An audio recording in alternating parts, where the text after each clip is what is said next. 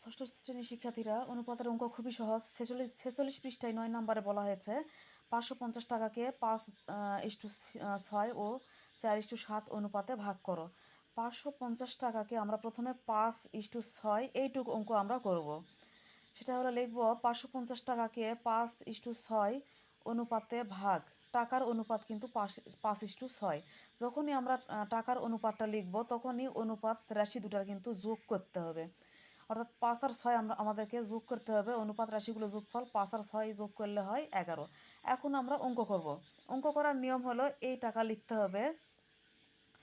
এই প্রথম অংশ এটা। এই টাকা লেখার পরে গুণ চিহ্ন দিয়ে যোগফল যেটা হলো এটা নিচে আসে, আর এই যে 5 উপরে যাবে। মানে ছয়ের অঙ্কটা আমরা পরে করব দ্বিতীয় অংশে। মানে এই 5 এটা করতে হবে। তাহলে 550 লিখব টাকাটা, মোট টাকা। এরপরে যেটা যোগ করলাম সেটা লিখব। এরপরে 5 লিখব। 11 দিয়ে 550কে ভাগ দিলে 50 হয়। 50 আর 5 গুণ করলে হয় 250 টাকা। এরপরে আমাদের দ্বিতীয় অংশ হলো এই যে 6, এটা করতে হবে। তাহলে আমরা দ্বিতীয় অংশেও আমরা মোট টাকা 550 টাকা লিখব। লিখে গুণ চিহ্ন দেওয়ার পরে যেটা যোগফল হলো 6 আর 5 যোগ করে 11 হলো। 11 নিচে অবশ্যই হবে এবং উপরে এই 6 আসবে। তাহলে 11 দিয়ে 550 ভাগ দিলে হয় 50। 50 আর 6 গুণ করলে হয় 300 টাকা। এখানে উত্তর চলে আসছে 250 টাকা আর 300 টাকা। এর পরের অংশ হলো এইটা 4:7, এই অঙ্কটা করব।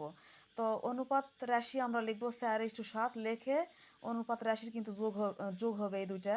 4 আর 7 যোগ করলেও 11 হবে। এইখানে আমরা এই যে 550 টাকাকে 4:7 অনুপাতে ভাগ। টাকার অনুপাত হলো 4:7। 4 আর 7 যোগ করলে হয় 11।